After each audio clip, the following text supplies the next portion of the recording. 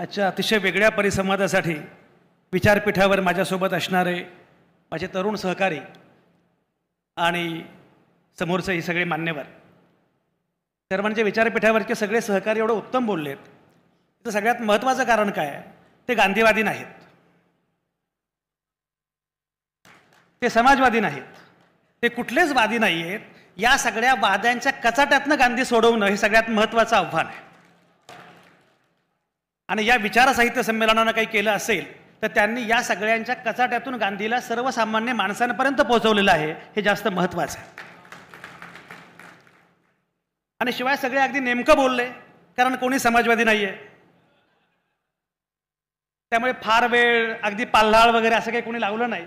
सगळ्यांची भाषणं अगदी आटोपशीर अशी झाली. समाजवाद्यांनी खरं म्हणजे हे शिकायला पाहिजे. समाजवादीच हसतात बरं का. म्हणजे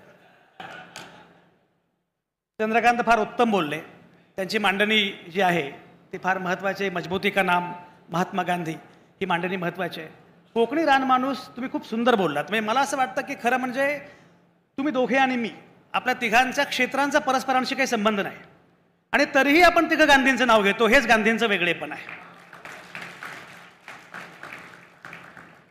कोकणी रानमाणूस मला सांगत होता, मला इतकं छान वाटलं की काय कोकणामध्ये आहे. आणि मला आठवलं की कोकणातले नेते कोण होते. मधु दंडवते, बॅरिस्टर नाथ पै, त्या कोकणामध्ये आता छोटे छोटे पुढारी दिसत आहेत.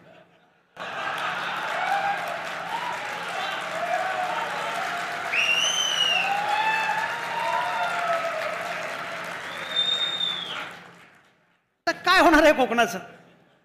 आणि म्हणून मला असं वाटतं की या सगळ्याचा विचार करताना या अंगानं, या पद्धतीनं सुद्धा विचार करणं फार महत्त्वाचं आहे. छान सुरू आहे ना, म्हणजे साहित्य संमेलन आहे आणि तरीही अगदी नेमक्या विषयांवर परिसंवाद आहेत. ही आश्चर्यकारक गोष्ट आहे. मी उद्घाटकांचं भाषण झालं तेव्हा टेलिप्रॉम्प्टर समोर नव्हता, तरी उद्घाटक उत्तम बोलले. स्वागताध्यक्षांनी चक्क भूमिका वगैरे घेतली आणि संमेलनाध्यक्षांनी हवं तेवढा वेळ मनमुक्त भाषण केलं. असं साहित्य संमेलन असलं पाहिजे. त्यामुळे हे खूप छान चाललेलं आहे आणि मला याचा खरंच फार आनंद आहे. खरं म्हणजे गांधींबद्दल बोलताना नेहमी असं वाटतं की आजचा जो विषय आहे की पुन्हा पुन्हा गांधी. एवढं सगळं होऊन सुद्धा पुन्हा पुन्हा गांधींचा उद्घोष करावा लागतो, पुन्हा पुन्हा गांधी मांडावे लागतात, पुन्हा पुन्हा गांधी सांगावे लागतात. गांधींचा ज्यांनी खून केला त्यांनाही असं वाटतं की अरे पण बहुतेक नथुराम गोडसेला उगाच फासावर दिला असं मला अनेकदा वाटतं. त्यानं खून केलाच नाही बिचाऱ्यानं, त्याला का फासावर दिला. गांधी काही मरत नाही, गांधी मरता मरत नाही. उलट पक्षी जेवढा काळ जातो तेवढा काळ गांधी अधिकाधिक पुन्हा पुन्हा नव्यानं जन्माला येत असतात. हे नक्की वेगळेपण काय आहे. आणि खरं सांगू का, आजचं सगळ्यात महत्त्वाचं वैशिष्ट्य विचार साहित्य संमेलन, लोक एवढ्या मोठ्या संख्येनं मनापासून ऐकतायत ही फार वेगळी गोष्ट आहे. आणि बोलणारे सुद्धा फार रसरशीतपणे बोलत आहेत. एक काळ असा होता की गांधींबद्दल बोलायचं म्हणजे एरंडेल प्यायल्यासारखा चेहरा करून बोललं पाहिजे, काहीतरी भयंकर. मी लगेरो मुन्नाभाई जेव्हा आला तर मी माझ्या आईवडिलांसोबत तो सिनेमा बघायला गेलो. तर माझे आईवडील म्हणाले की कसं वाटतं गांधींची थट्टा वगैरे. मी म्हटलं तुमची अडचण ही आहे तुम्हा लोकांची. तुम्हा लोकांना असं वाटलं की गांधी हा जणू काहीतरी प्रॉब्लेम आहे. या नव्या पिढीला कळलेलं आहे की गांधी प्रॉब्लेम नाही आहे, गांधी हे सोल्युशन आहे. आणि मी तुम्हाला लिहून देतो, आजच्या सगळ्या प्रश्नांवरचं एकमेव उत्तर हे मोहनदास करमचंद गांधी हेच आहे. गांधी ज्या काळात होते त्या काळात जेवढे रिलेव्हंट होते त्यापेक्षा अधिक रिलेव्हंट गांधी आज आहेत. जेव्हा जेव्हा सगळ्या वाटा बंद होतात, एक लक्षात घ्या, मी कुणीतरी परवा मी कुणाला तरी म्हटलो, एक लक्षात घ्या, निवडणुकीच्या रिंगणामध्ये हुकुमशहा पराभूत होत नसतात. आणि निवडणुकीच्या रिंगणामध्ये जे पराभूत होतात त्यांना हुकुमशहा म्हणत नसतात. आणि म्हणून मला असं वाटतं की जेव्हा अशी वेळ येते तेव्हा तुमच्यासमोर एकच मार्ग आहे, तो म्हणजे गांधींच्या मार्गाने लोकांशी नातं जोडणं, थेट लोकांशी बोलणं आणि लोकांसोबत जाणं. खरं म्हणजे जेव्हा हे संमेलनाची पत्रिका आली, डॉक्टर कुमार सप्तर्षींनी मला फोन केला आणि मला म्हटले 1.5 तास आहे. म्हटलं तेवढा मला चालेल. नंतर मला कळलं की त्यात तिघे बोलणार आहेत म्हणजे. तर मी आल्यानंतर मला खरं म्हणजे माझा अंदाज असा होता की कमी लोक असतील, पण अंदाज माझा चुकला आणि विधानसभेच्या निवडणुकीनंतर मी अंदाज करणं बंद केलेलं आहे. पण अशा वेळी मी मगाशी म्हटल्याप्रमाणे की गांधींचा उल्लेख करताना की मोहनदास करमचंद गांधी आज का रिलेव्हंट आहेत, आज का महत्त्वाच्या आहेत याचा फार नीटपणे उल्लेख केला पाहिजे, नीटपणे मांडणी केली पाहिजे. मला सगळ्यात महत्त्वाची गोष्ट अशी वाटते की मुळात गांधी हे तेव्हा आणि लोकांना गांधी लोक का वाटतात, गांधी सर्वसामान्य माणसांना आपले का वाटतात. मगाशी उल्लेख झाला, मी तुम्हाला सांगू का, मला सगळ्यात जास्त म्हणजे आपले महोदय परदेशामध्ये जातात, कधी कधी भारतात पण असतात, तर जेव्हा जेव्हा जातात तेव्हा तेव्हा त्यांना महात्मा गांधींचा उल्लेख करावा लागतो. मला खरं या लोकांची कीव येते की जो माणूस आपल्याला नको आहे त्याचं नाव घेतल्याशिवाय आपल्यासमोर पर्यायच असू नये, ही किती वाईट गोष्ट आहे. पण त्याशिवाय पर्यायच नाही, कारण जेव्हा जेव्हा तुम्ही बाहेर जाता तेव्हा तेव्हा भारत म्हणजे गांधींचा देश, गांधींचा देश ही भारताची ओळख होणं, हे गांधींनी कसं काय केलं. मग असे उल्लेख झाल्यानंतर उल्लेख मला फार महत्त्वाचा वाटतो.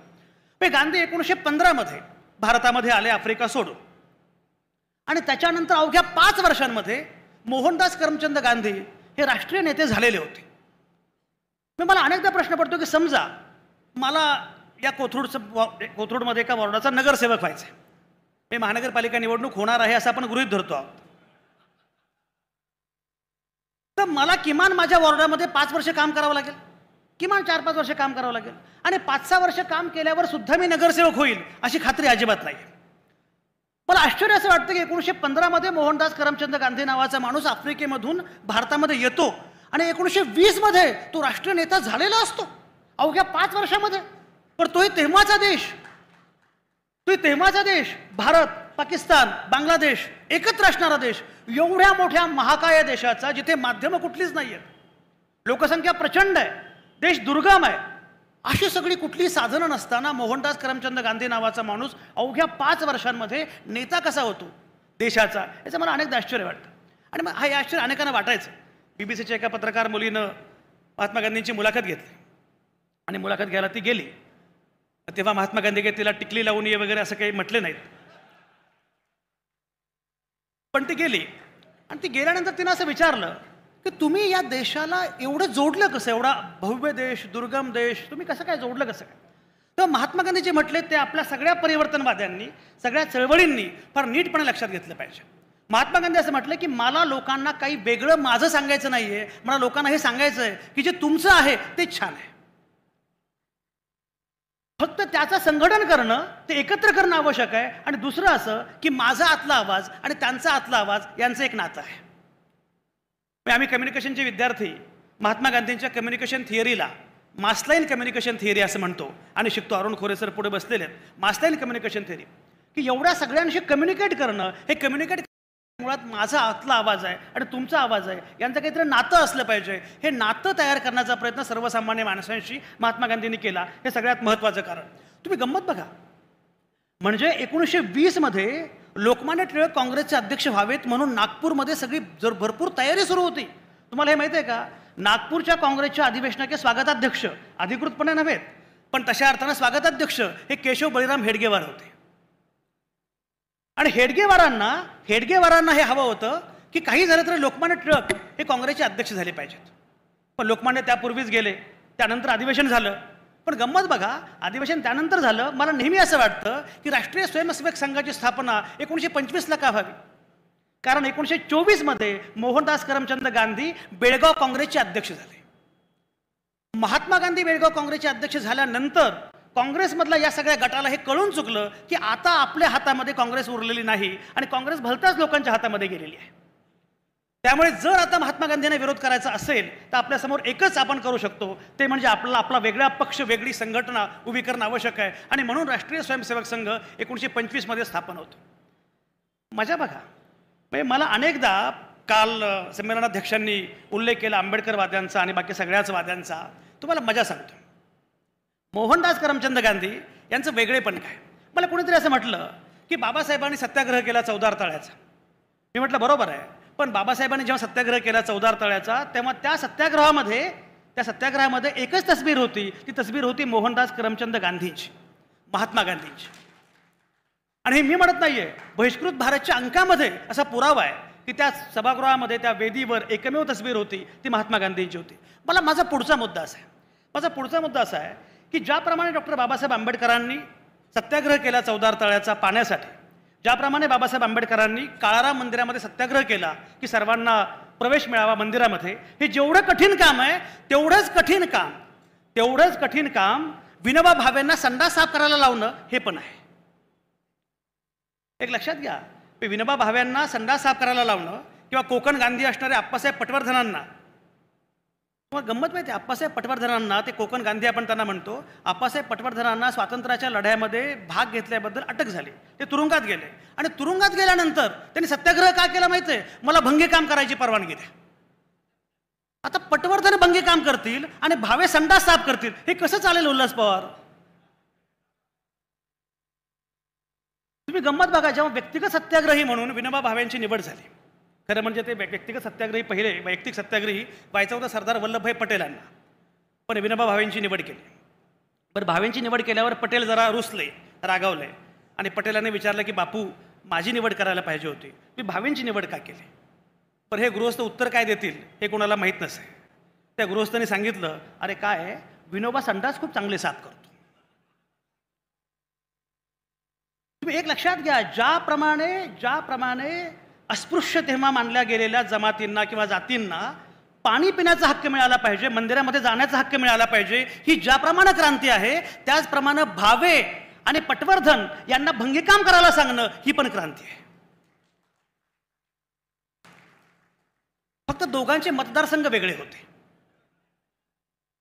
बाबासाहेबांचा मतदारसंघ वेगळा होता आणि महात्मा गांधींचा मतदारसंघ वेगळा होता, पण दोघांना करायचं हेच होतं. त्यामुळे एक लक्षात घ्या, ज्या बाबासाहेब आंबेडकरांनी हिंदू धर्म त्यागला आणि त्या अर्थाने हिंदू धर्म फुटला, त्या अर्थानं त्या बाबासाहेब आंबेडकरांबद्दल ही मंडळी फार प्रेमानं बोलतील, पण महात्मा गांधींचा मात्र खून करण्याशिवाय पर्याय नाही असं वाटतं.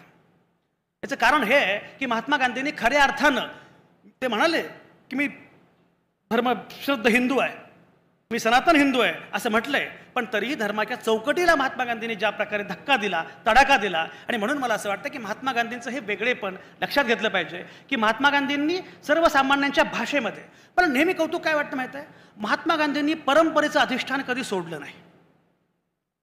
आपली अडचण काय झाली आहे, समजा माझ्याकडे घरात कोणी आलं आणि माझ्या घरामध्ये देवघर आहे, बहुतेक आवटे संघवाले दिसतात, घरामध्ये देवघर आहे. महात्मा गांधींनी मात्र परंपरेची स्पेस जी आहे ती परंपरेची स्पेस कायम सांभाळली, परंपरेचं अधिष्ठान कायम सांभाळलं. मी नेहमी सांगत असतो की महात्मा गांधींच्या प्रार्थनेमध्ये राम होता, आपण तो सोडला म्हणून तो नको त्या रथावर आरूढ झाला.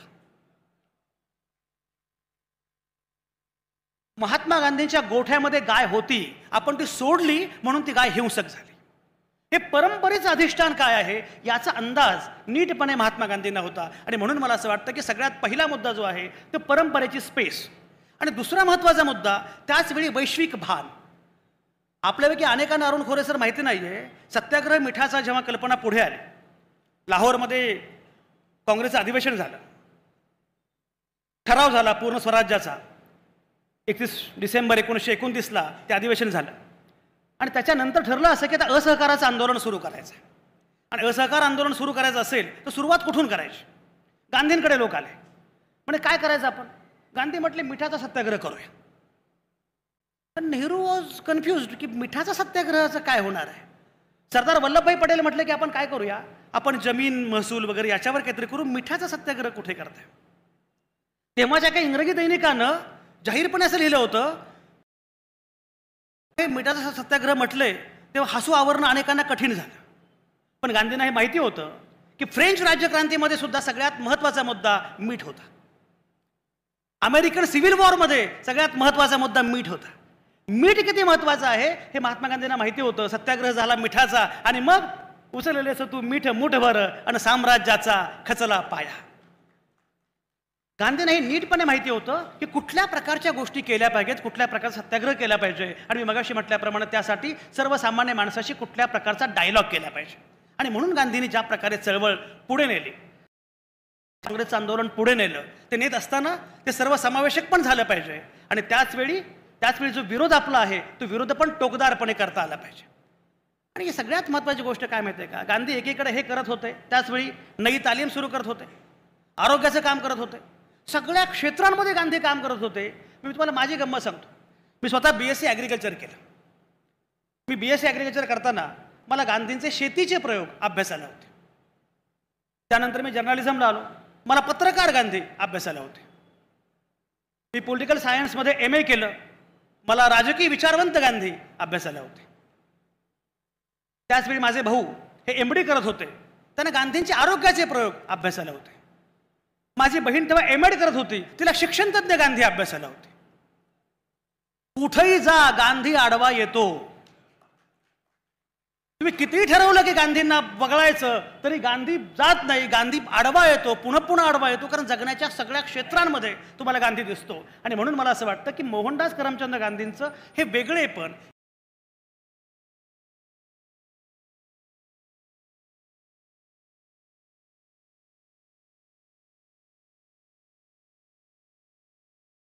हे वैशिष्ट्य जेव्हा आपण बघतो की जगण्याच्या प्रत्येक क्षेत्रामध्ये गांधी काम करतो. तुम्हाला माहिती आहे, भारतासारखा देश उभा राहणं ही निव्वळ आणि निव्वळ अशक्यप्राय गोष्ट होती. आजचा भारत जो काही उभा आहे तो केवळ आणि केवळ महात्मा गांधींमुळे. भारताचा राष्ट्रवाद तयार केला तो महात्मा गांधींनी. तुम्हाला कल्पना आहे, तोपर्यंत अनेक लोकांना असं वाटायचं, शास्त्रज्ञांना, पॉलिटिकल सायंटिस्टना, की एखादा देश उभा राहायचा असेल तर किमान धर्म हवा, किमान भाषा. पाकिस्तान हे वेगळे झाले धर्माच्या मुद्द्यावर, वेगळे झाले भाषेच्या मुद्द्यावर. ज्या देशामध्ये धर्म वेगवेगळे आहेत, भाषा वेगळी, असा देश म्हणून उभाच राहू शकणार नाही अशी मांडणी अनेक जण करत होते. ही गोष्ट आहे 1888ची. 1888 मध्ये जॉन स्ट्रेची नावाचा विचारवंत, त्याच्या काही व्याख्यानांचं आयोजन इंग्लंडमध्ये केलं होतं इंग्रज सरकारनं. कारण त्यांना असं वाटलं की 57च्या उठावानंतर आता भारतावर सत्ता आपली असणार आहे आणि ज्यावर आपली सत्ता असणार आहे तो देश समजून घेतला पाहिजे. नक्की काय भारत समजून घेऊया म्हणून त्यांनी सांगितलं. त्याला ठीक आहे, पण आम्हाला भारत समजावून दे. जॉन स्ट्रेची हा भारतामध्ये दीर्घकाळ राहिलेला असे ब्युरोक्रॅट होते. जॉन स्ट्रेची भारतामध्ये आले, इंग्लंडमध्ये गेले आणि त्यांनी इंग्लंडमध्ये भारत या विषयावर 7 व्याख्यान, पुस्तक पण आहे इंडिया बाय जॉन स्ट्रेच. 7 भाषणे गेली आणि 7 भाषणं संपल्यानंतर समारोपाच्या भाषणामध्ये स्ट्रेची असं म्हणाले, समारोपाचं वाक्य, तो मित्रांनो समारोप एवढाच आहे की भारत नावाचा कुठलाही देश अस्तित्वात नाही आणि भारत नावाचा देश तयार होऊ शकत नाही. कारण जेवढं साधर्म्य युरोपमधल्या 2 देशांमध्ये आहे तेवढं साधर्म्य पंजाब आणि बंगालमध्ये पण नाही. त्यामुळे हा देश तयारच होऊ शकत नाही अशी मांडणी जॉन स्ट्रेची 1888 मध्ये करत होती. 1940 मध्ये विन्स्टन चर्चिल यांचं गाजलेलं भाषण. चर्चिल असं म्हणतात की भारत हा देशच नाही, भारत ही भौगोलिक अभिव्यक्ती आहे. ज्याप्रमाणे अक्षरवृत्त असतं, विषयवृत्त असतं, रेखावृत्त असतं, असतं पण दिसत नाही, फक्त परीक्षेमध्ये येऊन त्रास देते. त्याप्रमाणे भारत आहे. भारत ही भौगोलिक अभिव्यक्ती आहे. भारत हा देश म्हणून कधीही विकसित होऊ शकणार नाही अशी मांडणी चर्चिल करत होते. तोच माझा भारत उभा राहिला आणि दिमाखात झेपावला. कुछ बात है हस्ती मिटती नहीं हमारी, कुछ बात है हस्ती मिटती नहीं हमारी. आणि ही बात मन की बात नाही आहे. ती बात काय आहे हे समजून घेतलं पाहिजे. आणि म्हणून मला असं वाटतं की महात्मा गांधी समजून घेताना मी मगाशी म्हटल्याप्रमाणे महात्मा गांधी, तुम्ही गंमत बघा, आपल्याकडे अडचण काय होते माहिती आहे का? गांधीवादाने एक अडचण अशी आहे, त्यांनी गांधींचा फार दहशतवादी करून टाकलेला आहे. त्यांना असं वाटतं गांधी म्हणजे स्थितप्रज्ञ. जळगावमध्ये माझं एक व्याख्यान होतं ते गांधी तीर्थावर. तिथे मी गेलो आणि मला म्हणजे जेवणापूर्वी कुछ खाओगे? म्हटलं हां खाऊंगा. यहाँ व्हेज ही मिलेगा. ठीक आहे ना म्हटलं. असं काय म्हटलं, एवढं काय मला अडचण नाही. म्हणजे त्या मी शाकाहारी जेवण आपलं जेवलो. काय झालं, ते जेवताना माझ्या लक्षात आलं की याच्यानंतर भाषण करायचं आणि ते जरा ॲसिडिक थोडंसं होतं, त्यामुळे ॲसिडिटी वाढेल. मी म्हटलं की मला जरा अर्धी पोळी जास्त झाली आहे, पण ती मी आता ठेवतो इथेच, ते आपको खाना पडेगा. आप आश्रम में आए है, इथं ताटामध्ये काही ठेवायचं नाही, आपल्याला पूर्ण खावं लागेल. म्हटलं पण आता ते कसं काय? ते म्हटलं मी आता ते वाटी ठेवलेली आहे, आता कसं काय करणार? शेवटी मी ते आयोजकांकडे बघितलं. आयोजक म्हटले यहाँ के उसूल ऐसे है की हम कुछ नहीं कर सकते. शेवटी एकाला सांगितल्यावर त्याला दया आली आणि तो म्हटलं की ठीक आहे रहणे तो. म्हटलं अरे तुम्हाला गांधी काय, तुम्ही कल्पना करा. मध्ये आले आणि आश्रमात आल्यानंतर त्यांनी सांगितलं की मी नॉनव्हेज आहे. लोक म्हटले बापूजी ते नॉनव्हेज आहेत. ते मटण खायचं म्हणतात, आता कसं काय करायचं? पण त्यांना मटण देऊ आपण. ते कसं काय? म्हणजे आपला नियम असा आहे, आश्रमामध्ये मटण शिजणार नाही, इथे मटण येणार नाही असं नाही. नंतर तेच खान अब्दुल गफार खान हे पूर्णपणे शाकाहारी झाले, हा मुद्दा नंतरचा. पण गांधींचा भरोसा हा मन परिवर्तन करण्यावर होता, सक्तीवर नव्हता. तुम्ही गंमत बघा, म्हणजे मला आश्चर्य वाटतं की गांधींचे अनुयायी तर सगळीकडे आहेतच, पण खान अब्दुल गफार खान हे जे महात्मा गांधींचे अनुयायी, त्यांचं वैशिष्ट्य बघा. हा मूळचा अफगाण पठाण, 6.5 फूट उंचीचा, तो भारतामध्ये आला, गांधींसोबत राहिला, आणि जेव्हा ते 1988 मध्ये वारले, त्यांना त्यापूर्वी राजीव गांधींनी भारतरत्न दिलं, 1988 मध्ये वारले, तर त्यांची इच्छा अशी होती की मी अफगाण आहे आणि संस्कार अफगाणिस्तानमध्ये व्हावेत. तुम्ही मजा बघा, 1988 मध्ये तेव्हा अफगाणिस्तान विरुद्ध सोव्हिएत रशिया युद्ध सुरू होतं, पण अंत्यसंस्कार भारतानं भारतरत्न अगोदरच दिलेलं होतं. पाकिस्तानने पण गौरव केला होता, अफगाणिस्तानने गौरव केलेला होता, रशियाने गौरव केला. एक साधा माणूस पण फक्त गांधींच्या वाटेवरून चालला आणि या प्रकारचा भव्य माणूस झाला तो. ही मला मजा वाटते. आणि म्हणून म्हटलं की मोहनदास करमचंद गांधींचा विचार करताना सगळ्यात महत्त्वाची गोष्ट आजच्या काळामध्ये काय शिकलं पाहिजे, या दोघांच्या भाषणाचा सुद्धा सार सांगताना ज्या गोष्टी मला महत्त्वाच्या वाटतात, त्यातली पहिली गोष्ट जी आहे, गांधींना सर्वसामान्य माणसांची भाषा कळाली. दुसरी गोष्ट म्हणजे गांधींना रेव्हेन्यू मॉडेल कळालं. चरखा हे रेव्हेन्यू मॉडेल होतं. आणि गांधींचं वैशिष्ट्य असं, गांधी कायम कार्यक्रम देत राहिले. मला काँग्रेसमध्ये आहे, पण म्हणजे का आहे हे मला कळलेलंच नाही. कार्यक्रमच नाही, कार्यक्रम देणं हे काँग्रेसचं फार महत्त्वाचं वैशिष्ट्य होतं तेव्हा. आणि महात्मा गांधी कार्यक्रम द्यायचे, कृती कार्यक्रम द्यायचे, टास्क द्यायचे, हे त्यांचं सगळ्यात महत्त्वाचं वैशिष्ट्य होतं. आणि म्हणून हा तिसरा मुद्दा. आणि चौथा मुद्दा मी म्हटल्याप्रमाणे विश्वभान आणि त्याचवेळी परंपरेचं अधिष्ठान. या सगळ्यांच्या एकत्रीकरणातून ज्या पद्धतीनं महात्मा गांधी आपल्याला दिसतात, तर म्हणजे वेळ कमी बराच झालेला दिसतोय, पण समारोप करताना 2-3 गोष्टी मला या निमित्तानं नोंदवायच्या आहेत आणि त्या मांडणं मला फार आत्ता आवश्यक वाटतं. मी मगाशी म्हटल्याप्रमाणे हा देश गांधींचा आहे वगैरे सगळं बरोबर आहे. मध्यंतरी मी परदेशामध्ये गेलो होतो, माझं व्याख्यान होतं, परिसंवाद होता, आणि माझं भाषण करण्यापूर्वी माझी ओळख करून दिली. पण त्यांना काही बाकी माझी ओळख काही फारशी माहिती नव्हती.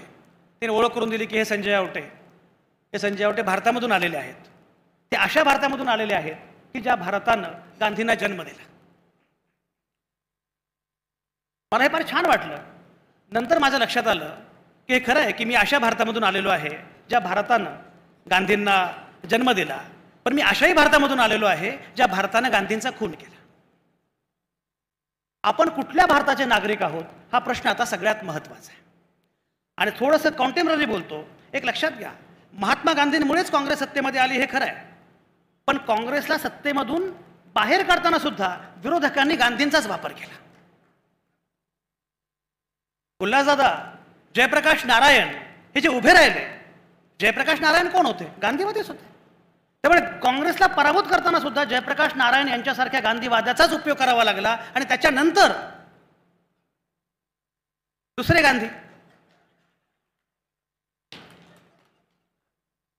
अण्णा हजारे, त्यांना अजून कळलेलं नाही की आपण काय केलं. ते सतरंजीवर झोपतात आणि उठतात, ते मग प्रश्न नक्की काय केलं, काय आपण काय घडलं, पण त्यांचा वापर केला गेला. एक लक्षात घ्या, त्या कालावधीमध्ये डॉक्टर मनमोहन सिंग यांच्या विरोधामध्ये आघाडी उघडणं कुठल्याही विरोधी पक्षाला शक्य नव्हतं. मनमोहन सिंगाचं चारित्र्य, तेज आणि ज्ञान, पण तेव्हा या गांधीवादाचा वापर केला गेला. गांधीवादाचाच वापर करून तुम्हाला सांगतो यासाठी तुम्हाला कल्पना नाहीये, गांधी तुमच्या हातात आहे पण गांधी त्यांच्या पण हातात आहे. आणि गांधींचा उपयोग करून ते गांधींच्या विरोधी गोष्टी करतायत, ही सगळ्यात भयंकर गोष्ट आहे. मी नेहमी सांगतो, सध्या सगळ्यात मोठं आव्हान काय आहे? संविधानाच्या मार्गानं संविधानाची पायमल्ली होते आणि गांधींच्याच मार्गांचा, गांधींच्या शस्त्रांचा उपयोग करून गांधीवादाला पराभूत करण्याचा प्रयत्न सुरू आहे. हे आपल्या समोरचं सगळ्यात महत्त्वाचं समकालीन आव्हान आहे. अशा वेळी आपल्याला, आणि एक लक्षात घ्या, मगाशी चंद्रकांत म्हटला की हा कालखंड महापुरुषांच्या अपहरणाचा आहे. महापुरुष गायब केले जातात. भगतसिंग आमचा, अरे तो कानाखाली वाजवेल ना, तो नास्तिक होता, कम्युनिस्ट होता. पटेल आमचे, कसं पटेल? नाही पण ते काय माहिती आहे का, सरदार पटेलांना पंतप्रधान करायला पाहिजे होतं. तुला कोणी विचारलं? तो प्रश्न काँग्रेसचा होता, त्याने ठरवलं असतं काय करायचं ते. पण यांना हे माहिती नसतं की 1952ला पहिली सार्वत्रिक निवडणूक झाली आणि सरदार वल्लभभाई पटेल काळाच्या पडद्याआड गेले 1950ला. तरी सुद्धा जाणीवपूर्वक अशा प्रकारचा विपर्यास करायचा, जाणीवपूर्वक अशा प्रकारच्या गोष्टी पसरवायच्या आणि त्यासाठी मोबाईल नावाच्या आणि ह्या सगळ्या नव्या माध्यमांचा उपयोग करायचा.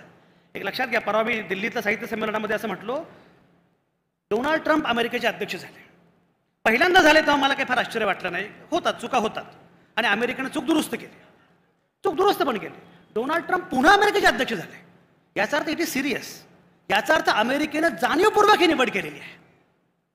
तिकडे ट्रम्प आहेत, तिकडे पुतीन आहेत, चीनमध्ये जिनपिंग आहेत, आपल्याकडे कोण आहेत मी सांगत नाही. एवढंच नव्हे, जर्मनीमध्ये हिटलरच्या पक्षाला आता जवळपास बहुमत मिळालेलं आहे, बहुमताच्या जवळ गेलेलं आहे. या प्रकारचा कालखंड सगळ्या जगामध्ये सगळं सुरू असताना अशा वेळी गांधी सगळ्यात जास्त महत्त्वाचे असणार आहेत. आणि म्हणून मी मगाशी म्हटल्याप्रमाणे गांधींची गरज यापूर्वी कधीच नव्हती, गांधींच्या विचारांचं महत्त्व यापूर्वी कधीच नव्हतं, एवढं ते महत्त्व आज आहे. अशा वेळी आपण नक्की काय करणार, अशा वेळी आपण नक्की कुठली भूमिका घेणार हे आपल्याला समजलं पाहिजे. कारण जगामध्ये, आणि आणखी एक मुद्दा मी सांगितलं त्या दिवशी, डोनाल्ड ट्रम्प, एक लक्षात घ्या, डोनाल्ड ट्रम्प जेव्हा भाषण करत होते आणि सांगत होते की now only we have 2 genders, let us make America great again वगैरे, तेव्हा त्यांच्या समोर त्यांचे 3 ब्लू आईड बॉय बसलेले होते. ते ब्लू आईड बॉय कोण होते? एक मार्क झुकेरबर्ग, फेसबुक, दुसरे होते जेफ बिझोस, ॲमेझॉन, आणि तिसरे होते एलन मस्क, ट्विटर. याचा अर्थ असा की आता माध्यमं आणि ही सगळी मंडळी आणि यांचं अलायन्स झालेलं आहे. अशा वेळी आपल्या पुढची लढाई सगळ्यात कठीण आहे. समारोप करताना एक फक्त मुद्दा सांगतो की जी मला खात्री वाटते पूर्णपणे. मला एकानं विचारलं, ट्रम्प आहेत, पुतीन आहेत, असे सगळे लोक आहेत, जिनपिंग आहेत, इकडे हे आहेत, अशा वेळी गांधींच्या विचारांचं महत्त्व काय? मी त्यांना सांगितलं, अशाच कालखंडामध्ये गांधी जन्माला येत असतात आणि अशाच कालखंडामध्ये गांधी काम करत असतात. एक लक्षात घ्या, जगामध्ये जेव्हा हिटलर होता, जगामध्ये जेव्हा मुसोलिनी होता, तेव्हाच आपल्याकडे महात्मा गांधी होते. मला कल्पना आहे, हिटलर, मुसोलिनी आणि महात्मा गांधी यांचा प्रवास समांतर आहे. हिटलर राजकारणामध्ये आला 1912ला, मुसोलिनी राजकारणामध्ये आला 1913ला, आणि गांधी भारताच्या राजकारणात. हिटलर जर्मनीचा राष्ट्रीय नेता झाला 1921 मध्ये, मुसोलिनी अध्यक्ष झाला इटलीचा 1922 मध्ये, आणि गांधी काँग्रेसचे अध्यक्ष झाले 1924 मध्ये. पण एवढंच नाही, केवळ तिघांमध्ये आणखी साधर्म आहे. तिघही कम्युनिकेटर, तिघही पत्रकार, तिघांनी आत्मचरित्र लिहिली, ती एकाच कालावधीमध्ये. गांधींचं माझ्या सत्याचे प्रयोग आपल्याला माहित आहे, मुसोलिनीचं माय ऑटोबायोग्राफी आणि हिटलरचं माइन काम्फ एकाच काळात आले. मी सांगतोय, ज्या कालावधीमध्ये युद्ध ज्वर वाढतो, ज्या काळामध्ये हिटलर आणि मुसोलिनी वाढत असतात, तेव्हाच महात्मा गांधी जन्माला येत असतो. आणि म्हणून आज भोवताली चित्र जे लोक मला सांगतात ना, मी त्यांना कायम सांगत असतो की मला अजिबात चिंता वाटत नाही, मला अजिबात चिंता वाटत नाही. उलट महात्मा गांधी जन्माला येण्यासाठी, महात्मा गांधी वाढण्यासाठी आणि महात्मा गांधी होण्यासाठी यासारखा सुंदर काळ यापूर्वी कधीच नव्हता. अरे महात्मा गांधी काही गप्प बसतो का? त्याचं पुनरुत्थान होत असतं. कधीतरी मार्टिन ल्युथर किंग म्हणतो आय हॅव अ ड्रीम. कधी बराक ओबामा म्हणतो येस वी कॅन. कधी नेल्सन मंडेला वर्णभेदाच्या विरोधामध्ये आरोळी ठोकतो. हे सगळे कोण आहेत? हे सगळे महात्मा गांधीच आहेत. आणि मला एक वाटतं, समारोप करताना राष्ट्रपिता आपण म्हणतो, बापाचा काहीतरी गुण आपल्यात असणार ना. असं काय करताय? बापाचा काहीतरी गुण आपल्यात असणार ना. जर तो माझा बाप असेल, ते जीन्समध्ये आपल्या पण काहीतरी मोहनदास करमचंद गांधी असेल ना राव.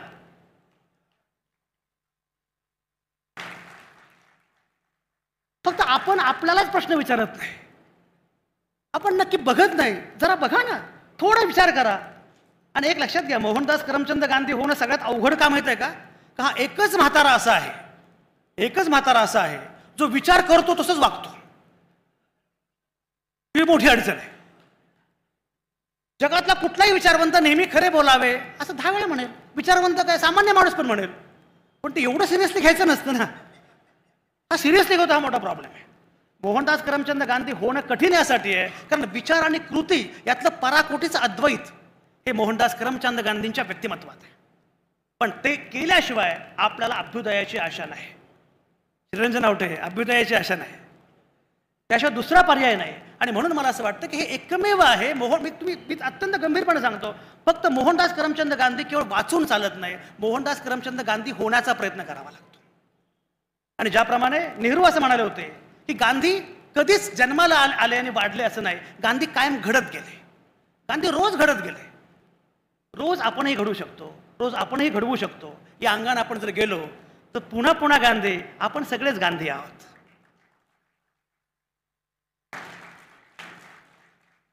ती जी टागोरांची कविता आहे, सूर्य चालला होता अस्ताला, आणि अस्ताला चाललेल्या सूर्याला असं वाटलं की माझ्या पश्चात प्रकाश देण्याचं काम कोण करेल. त्या कोणीच पुढे आलं नाही. त्या येवलीशी पणती पुढे आली आणि ती असं म्हणाली, सूर्यदेवा तुझा आकार मोठा, विस्तार मोठा, तुझ्या एवढं काम करणं मला शक्य नाही, पण आज एवढं आश्वासन, जिथं मी आहे माझ्या आसपास अंधार फिरकणार पण नाही. कारण तुझ्याही जीन्समध्ये प्रकाश आहे, माझ्याही जीन्समध्ये प्रकाश आहे. आज आपल्या बापाला आपण एवढं सांगायचं आहे की बापा तुझ्याही जीन्समध्ये प्रकाश आहे, माझ्याही जीन्समध्ये प्रकाश आहे. हे जे नातं आहे प्रकाशाचं, हे कायम ठेवू. बापाच्या वाटेवरून चालत राहू. पुन्हा पुन्हा गांधी असं म्हणत राहू. आणि एक लक्षात घ्या, पुन्हा पुन्हा गांधी असं म्हणतो तेव्हा साम्राज्य खचवणं आणि नवा राष्ट्रवाद उभा करणं जे गांधींनी तेव्हा केलं ते आताही करता येणं शक्य आहे. एक लक्षात ठेवा, गांधींच्या पुढचे विरोधक तेव्हा बरेच तुल्यबळ होते, आत्ताचे फारच किरकोळ आहेत. आत्ताचे फारच सामान्य आहेत. त्यामुळे त्यांचा विरोध करणं, त्यांना विरोध करणं, त्यांना पराभूत करणं ही काही फार कठीण गोष्ट नाही. फक्त एक लक्षात घ्या, एक लक्षात घ्या, आणखी काही वर्षानंतर मगाशी आमच्या कोकणच्या रान माणसानं खूप चांगला मुद्दा मांडला विकासाचा. हल्ली मित्रो आणि मेट्रो म्हणजे विकास असं आपल्याला वाटू लागलेलं आहे. मला एवढं सांगायचं आहे की उद्याच्या पिढ्यांना निश्चितपणे असं वाटलं पाहिजे की जेव्हा सगळा वणवा पेटलेला होता, तेव्हा त्या वणव्यामध्ये आमचा बाप, आमचा आजोबा, आमचा पणजोबा उभा होता. मला खात्री आहे की आपण निश्चितपणे उभे राहू गांधींच्या वाटेनं. गांधींनी पावलापुरता प्रकाश दिलेला आहेच आपल्याला, तो निश्चितपणे आपण घेऊ आणि पुढे जाऊ. समारोप करताना मागे जी कविता आहे, वी द चेंज, आम्ही भारताचे लोक पुस्तकात वापरलेली, तुम्ही भाग मिल्खा भाग बघितला असेल. ती कविता अशी आहे, धर्माने पेटवलेल्या वणव्यातून मिल्खा सिंग धावत असतो. धर्माने पेटवलेल्या वणव्यातून मिल्खा सिंग धावत असतो. धावणाऱ्या मिल्खाच्या रूपात फरहान अख्तर दिसतो. टाळ्या पिटणाऱ्या कोणालाच दोघांचाही धर्म ठाऊक नसतो. अरे तुम्ही कितीही नाकारलीत तर हीच माझ्या देशाची गाथा आहे. भला भलांचा उतरवला तोरा, तुमची काय कथा आहे, आम्ही भारताचे लोक, हीच आमची ख्याती आहे. अनवर राजन पुढे बसलेले आहेत, अरुणा तिवारी आहेत. त्यामुळे मुद्दाम सांगितलं पाहिजे, उद्धव ठाकरे मुख्यमंत्री होते महाराष्ट्राचे आणि मी त्यांच्यासोबत होतो. त्यांच्याशी बोलताना मी असं म्हटलो, उद्धव साहेब तुम्ही बाळासाहेब ठाकरेंना हिंदू हृदय सम्राट असं म्हणता, पण त्या हिंदू हृदय सम्राटावर सिनेमा काढण्यासाठी तुम्हाला नवाजुद्दीन सिद्दीकी शोधावा लागतो. मी त्यांना म्हटलं, डिस्कवरी ऑफ इंडियावर भारत एक खोज नावाची मालिका निघाली, श्याम बेनेगलांनी काढली. श्याम बेनेगल गेले, पण त्या भारत एक खोजमध्ये छत्रपती शिवरायांची भूमिका करण्यासाठी नसरुद्दीन शहा शोधावा लागतो. हा भारत आहे आणि हाच गांधींचा भारत आहे. या दिशेने आपल्याला जायचं आहे. मला पूर्णपणे खात्री आहे की या दिशेने आपण जाऊ आणि हम होंगे कामयाब. धन्यवाद.